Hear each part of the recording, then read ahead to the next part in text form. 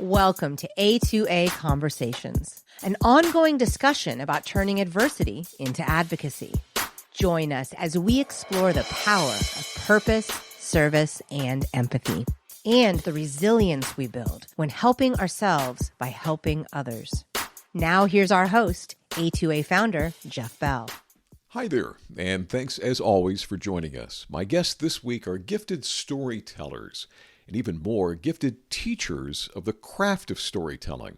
John Capecci and Timothy Cage are co-authors of the book Living Proof, Telling Your Story to Make a Difference, and co-founders of Living Proof Advocacy, a communication skills and consulting company whose mission is to, quote, help purpose-driven organizations and individuals harness the power of spoken first-person stories to drive positive change.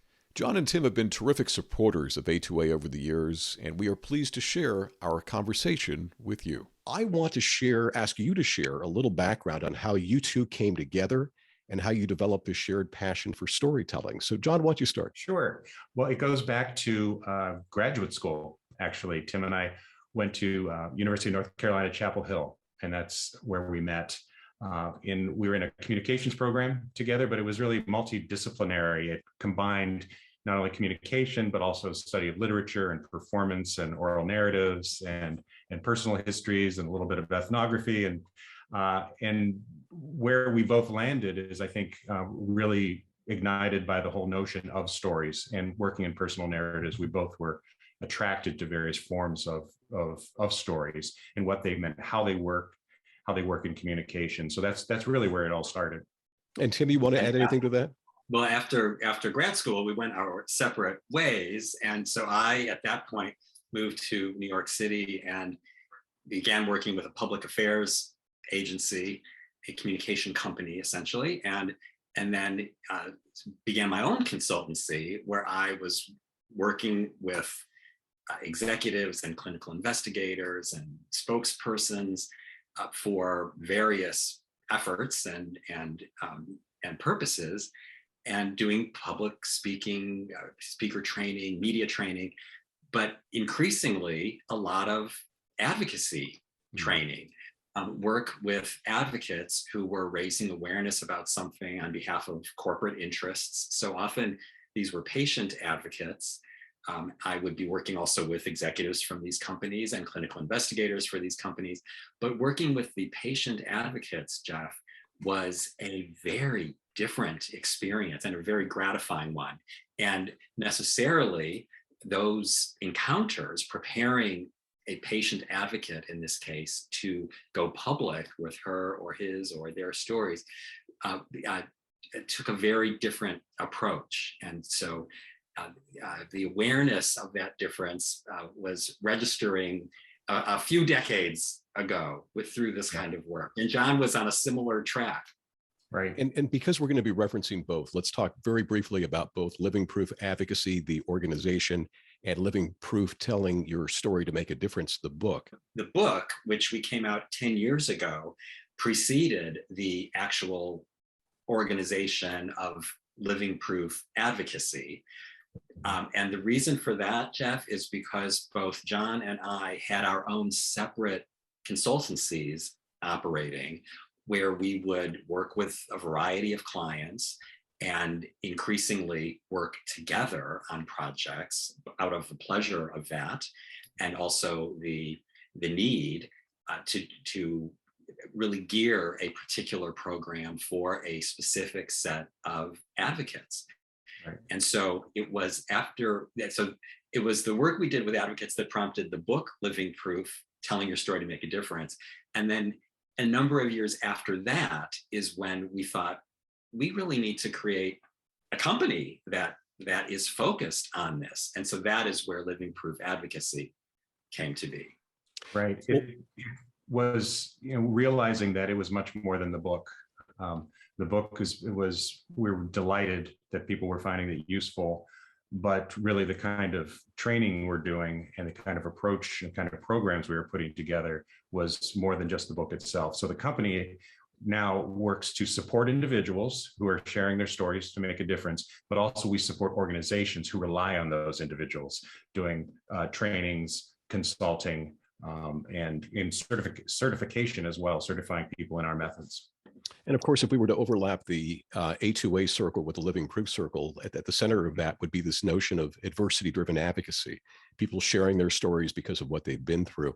So let's talk about that genre, if you will, of storytelling. There are all kinds of different storytelling forms.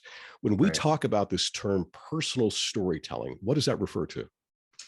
Yeah, I'm so glad this is one of the things we learned early on in this world of storytelling, which is huge right now and certainly has exploded, really, I think, over the past 20 years, that we had to be very specific about what we meant. And what we meant was telling lived experience in order to create change, that this is very action-oriented.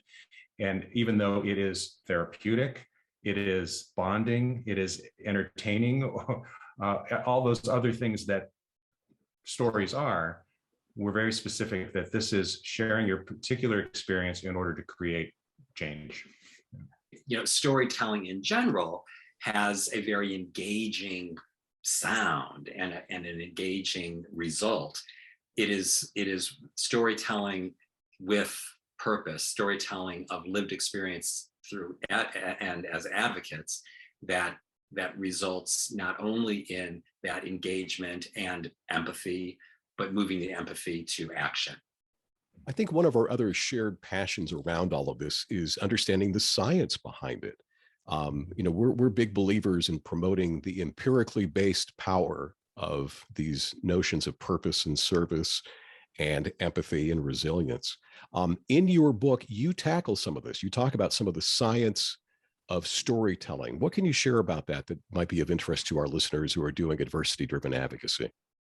Stories, narrative forms actually do have a physical response. We have a physical response to them in terms of hormones or chemicals in the brain that stimulate empathy or to stimulate pleasure.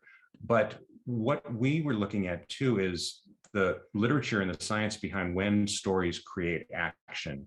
And I think one of the most interesting aspects of that, and that goes right back to one of our 5 qualities, which is point to the positive, is that the studies show that we humans respond to and hold on to negative experiences and information longer than we do positive, which is a little depressing to think about that we're wired that way. But it just shows that when we share our stories, we can't just talk about the pain or the problem. We have to push to the positive and remind people that there is action.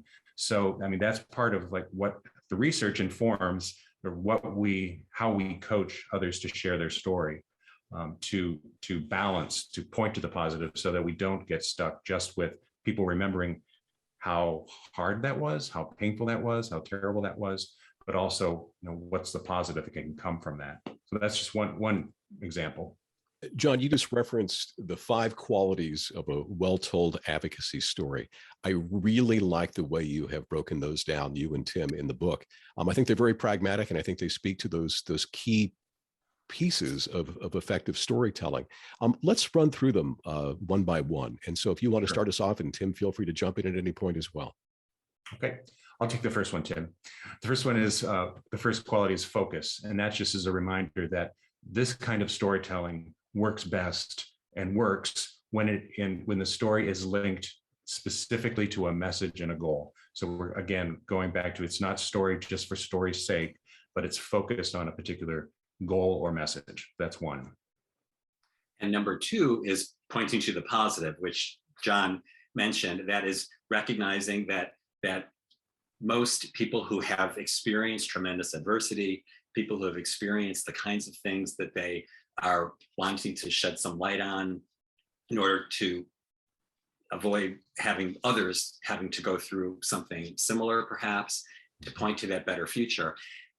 That needs to be a very deliberate aspect of advocacy and in the way that the story is focused and takes shape. So pointing to that positive, balancing, thinking of the teeter-totter and what gets more weight, the point to the positive has to get its fair share to provide that kind of focus. It relates also to something that you mentioned, Jeff, that idea of service and resilience and purpose.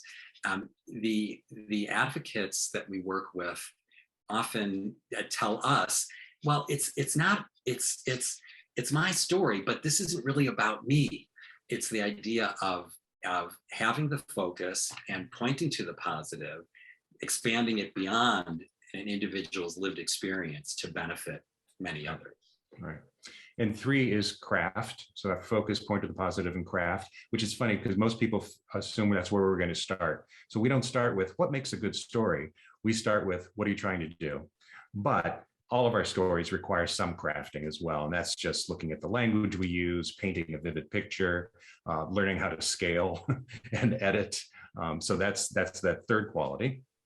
And the fourth of the 5 is framed, the way you frame who you are, the way you need to be and want to be and would hope to be perceived by the audience that you are meeting in your advocacy, so that they understand where you are coming from. Who are you in this particular experience beyond someone talking about their lived experience? Right. And then the final is practice. And that goes back to our belief and our understanding that going public with a personal experience is a significant act. And we never, ever want to push anyone out into that vulnerable space without practicing what you're saying, practicing how it feels to speak your story, and so that you can really be your best self when the time comes to get that story out there. So those are our 5. I love those 5. And I also love that you use this matrix in the book to sort of find that sweet spot between overly rehearsed and canned storytelling and perhaps unprepared storytelling. And that really is an important distinction, to find yourself on that spectrum. Right. And sometimes the initially when we're working with advocates, they struggle with the idea of the practice and what they feel that might result in, which is something that seems scripted, it seems inauthentic, it seems pat. So we highlight on the WellTold advocacy story that sweet spot in the middle that you described, in between the raw telling, which in many cases can be quite moving for an audience, but moving to the point of concern for the advocate, and not moving to the point of taking action to the purpose that the advocate is addressing. The other end of that spectrum is the canned story, the one that seems almost artificial and dumped out of a can. And the idea with the sweet spot, the WellTold advocacy story, is recognizing that it's speaking extemporaneously within the craft that you have done in advance, with the focus and the framing and the pointing to the positive, is quite necessary and useful. Some practice runs that enable you, like jazz, to hit the notes so we know you're playing Funny Valentine, but there's also the possibility for modification or adjustment in the way that the points are delivered. Let me ask you this on behalf of somebody who's watching right now, who says, this all makes perfect sense to me, but it's daunting. I'm not a public speaker. Maybe I don't have a good enough story to tell. I can't do this. I'm sure you hear that all the time. What do you say in that initial conversation about those hesitancies? Yeah, that again goes back to our belief that, and we always say this with everyone we work with, we get it, that when you're standing on that threshold between private and public, there's a lot going on. And for some people, they step across that threshold easily. Most people stop there and ask the questions that you were just saying, like, wait, what if my story isn't interesting? Or how am I going to control my emotions when I do this? And so we've got our whole approach really works on that at the same time. For example, we talk about getting caught in the story game, which it happens very often with folks who are crossing that threshold. And getting caught in the story game is when we think that our stories are not as dramatic or important or big enough, when the truth is that all of our experiences are valuable in this context. And so we sort of have to work through that often with advocates to remind them that their experience is what they're an expert at, and it's not measured against the best story. So all of those 5 qualities really do sort of speak to the challenges of going public. That's why we say practice. That's why we focus on focusing, and making sure that it's message driven. Yeah. What about some of the considerations for going public in general? What do you advise people to weigh when they are determining whether or not they're ready to share their story in a public way? A lot of it is making sure that they recognize the importance of self-care, and also recognizing and that they, at that moment, when they come to us, sometimes they discover they're not quite ready. We still will work with them, recognizing there's the opportunity to become ready and more comfortable with going public. But it is, as you are in the process, an ongoing determination on whether or not you are at the point in sharing your story where you can point to the positive, Right. Or you can highlight your frame as to why you are the speaker and provide that focus. But it is so much of it is making sure you remain safe and you maintain your own health in doing this. We work a lot in the health and wellness space. And John, you've got something else you've got to say. Yeah, I was just going to go there, is that we always, as much as we believe in the power of doing this and we want people to experience that power, we always say nothing is more important than your safety and health. And this is a risky, delicate thing we're doing, stepping into that public space. So we're constantly interrogating that to make sure people do feel, as Tim said, ready to do this. And if they're not ready, might need to step back and wait. I want to bring this all back to A2A selfishly right now and talk a little bit about our tagline, this notion that we help ourselves by helping others, because I know you can weigh in on this from a storytelling perspective. Our running theory is this, that by applying our empathy in a way that is of service to others, we develop a sense of purpose that fuels our resilience. Storytelling is a big part of that advocacy. And I'd love to hear from each of you before we wrap up. What resonates with you about that whole notion? For me, Jeff, and I love that tag, and I know that's why we've always stayed in contact over the past 10 years of that shared belief in helping others, helping ourselves at the same time. For me, what makes me think of, Jeff, is the advocates we work with don't maybe not consider themselves advocates to begin with. They are somebody with a lived experience. But when they recognize that they have a power by sharing that experience and creating change, they assume a new mantle, that I am more than my story. I am the change maker. I am, someone who is creating good for others. Tim referenced earlier that me, not me moment that most advocates have. We say like, well, yeah, it's my story, but this isn't about me. It's just sort of this back and forth between this is my life, but I'm doing it for others. And there's a pride and a real empowerment that comes with that. And I think that's part of how we help ourselves. Let's wrap up with resources. Somebody watching right now that might be inspired by what we're talking about and ready to take that first baby step into sharing a story. One of the things that we always put out there from the A2A perspective is Project Hope Exchange, this idea that you can record a 30-second message of hope and even do so anonymously, just to sort of experience what that feels like to share a story. What other resources would you like to put out there? I know that obviously we're going to point people to Living Proof Advocacy and your wonderful book. A2A is an option. What about other organizations that might be a good stepping stone for getting a story out there? I always tell advocates who say, where do I go? Where do I go to tell my story? Chances are there's an organization for the cause that you are passionate about. And that's typically where we point folks, because these organizations rely on the stories of lived experience and are often looking for people who are willing to step up. So I usually point people to organizations that are focused on that particular cause, especially those that have already in place speakers programs. Many of them have speakers bureaus or advocate programs, or Women Heart, the organization we've been working with, calls their advocates champions, the Women Heart Champions. So I think those organizations can be great resources for advocates looking for support, but also opportunities. And in fact, it is many of the advocates that we work with who are already linked to organizations.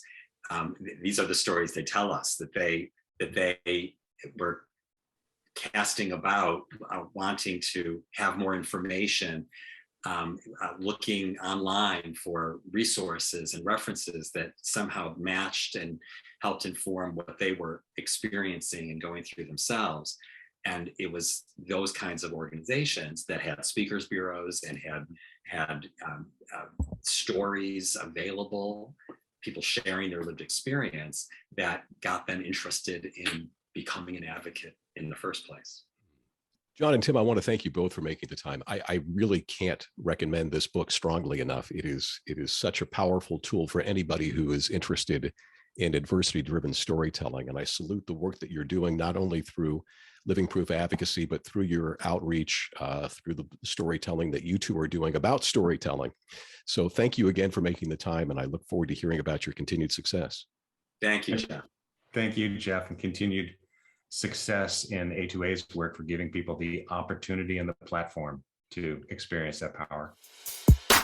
You've been watching A2A Conversations, a presentation of the nonprofit A2A Alliance. Guest views and opinions expressed in this production are those of the guests and do not necessarily reflect those of A2A, its advocates, advisors, or partners. To watch more of our A2A Conversations, please visit us online at a2aalliance.org.